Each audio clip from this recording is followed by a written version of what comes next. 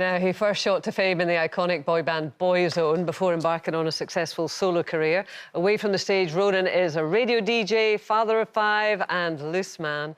But his latest mission is to get more men talking about grief, a cause very close to his heart. So please welcome Ronan Keating. Hi, Ronan. Hiya. Hey, how are you, ladies? How's it going? Yeah, we're all doing well. you. We're doing well. So, Ronan, you're an ambassador for a charity called Strong Men, and the current campaign is #BearYourself. Can you tell us a little bit more about that?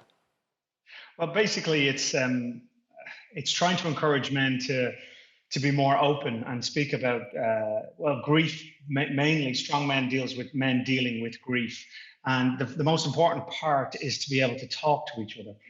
The statistics are pretty crazy. 1 in 3 men find it difficult to show their emotions. I mean, in the UK, which is pretty crazy when you think about it in this day and age. So, and the things that you're talking about on the show today, it really relates to it because times have changed so much. More men are house husbands, more women are out, earning the dough and bringing it home. A lot of stuff has reversed, and we really need to get with the times and get with the program, us men, and kind of be able to speak to each other and be open with each other. And it all leans on mental health, and which is something we all speak about a lot, as I've spoken about on the show many times.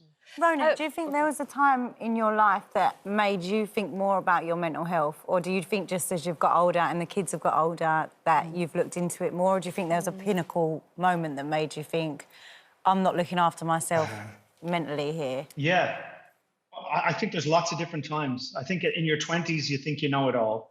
As we all know, you think you know everything. You don't know anything. And in your 30s, you still think you know it all and you don't. And I've gone through different times, tough times in my life, losing my mother at 21 years of age, losing my best friend, he was 33, Stephen Gately. And, it's times like that really that you evaluate and you question things and you ask yourself, am I living the right way? Am I getting the most from me? And am I the best version of myself? And all of these different questions. So it's along the way that you find different challenges and different times that you have to say to yourself, am I doing okay? Am I all right up here? The mind is a dark place. It's a scary place. And we really need to be able to talk more about it and be open about it. I talk to somebody. I have my doctor that I go and talk to. Dr. Dan, I spoke about him before on Loose Lads and Loose Men, sorry. And I think it's really, really important that we're more comfortable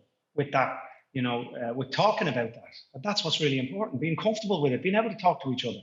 Mm-hmm. Where do you think that is? Because it's hard, isn't it? I mean, if you do lose someone, because this campaign is specifically around grief, isn't it? And I think it's like you say, things are changing so much. But how does the person that hasn't been brought up to open up about their emotions make those changes? And we always say, don't we, on here, that it feels so different for us as women that we can talk and we can share, and it's often men don't have those kind of friendships, do they? And that space to talk. Yeah, because we all come from a generation that believes it's unmanly to share our emotions, and that's what's ridiculous. And a charity like Strong Men, which they have different ways of doing it. They have weekends where the lads go away and they spend time hiking together up mountains and so on, and spending time breaking it down, speaking with each other, speaking with like-minded people that have been through the same sort of thing. And also the campaign that we're rolling out now on Instagram, if you go on to strongmen.org.uk, you'll see some of the lads who have bared themselves in a tasteful way to try and kind of shake off the stigmas and so on and deal with these matters. Ronan, what you said about the loss and grief, something I'm going through for myself. And, after losing my dad, a real conversation was needed about, that pain and heartache. And I had that conversation a lot with my son. And it took something like that to really bridge that, open that dialogue with us. How did you start this conversation with your own children? Well, my eldest boy is 22 years of age. I mean, he's a man. I was in Boyzone for 6 years at this stage. It's crazy, to see. I have a boy, and my daughter's 20, but I think, I've never been afraid to tell my kids I love them and to tell them that I've made mistakes or that I'm weak or any of those things. So I think it's, from an early age, I've had a great relationship with my kids, all of them. I've 5 children now, and my youngest Coco is 1 year of age, and it won't be any different there. Cooper, who's 4, I mean, every night I tell him I love him, and we talk all the time. And I think that in school, the way he communicates and the way that the new platforms that they teach children these days with colors and so on, and showing their emotion through colors in the classroom, it's fantastic, it's brilliant, it's important. And starting the conversation at whatever age is really, really important. And this is something strong men do, and I'm very passionate about, ambassador about what the lads are doing.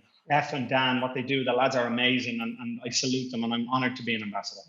Ronan, it's really interesting, isn't it, that you've got children at 2 very different stages. You know, your older kids at 20, 22, and then you've got the young ones. Are you a different dad? I think you change all the time. I think sometimes you're a certain dad, sometimes you're a different type of dad. I mean, it changes. I think you're learning as you go along. I'm 44 years of age. I'm learning all the time about being a dad, and I listen to people. I take advice. I listen to my wife. She listens to me. We communicate about it.